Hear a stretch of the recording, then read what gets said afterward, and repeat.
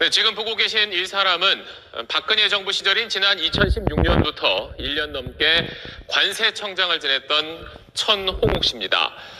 최순실 씨에서 이젠 이름을 바꾼 최서원 씨의 추천으로 당시에 관세청장이 된 거란 논란도 있었는데, 취임 이후 최 씨를 만나서 실망하지 않게 최선을 다하겠다, 이런 말을 했던 게 이후 검찰 조사에서 드러나기도 했습니다.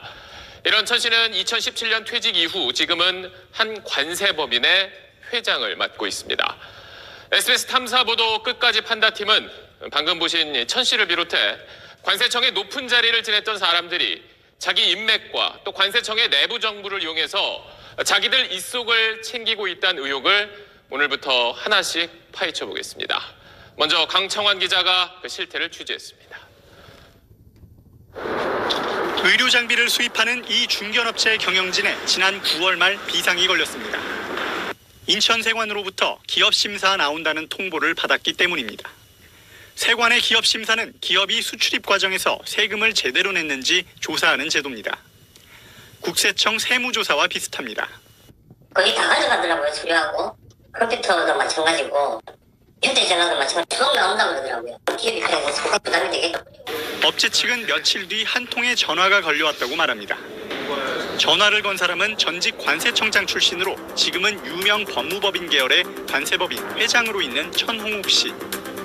천 씨는 지난 2016년 박근혜 정부 비선 실세로 불린 최서원 씨 추천으로 관세청장에 발탁된 것으로 알려진 인물입니다.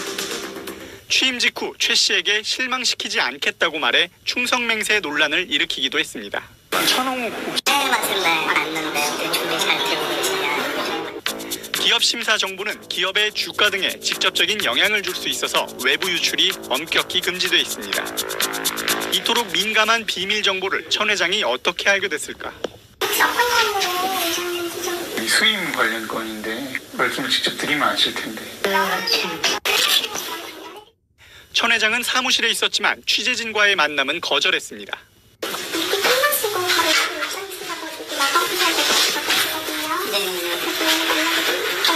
근데 여기 지금 계시는 거잖아요. 그럼 나오실 때 잠깐만 여쭤볼게요. 저희가.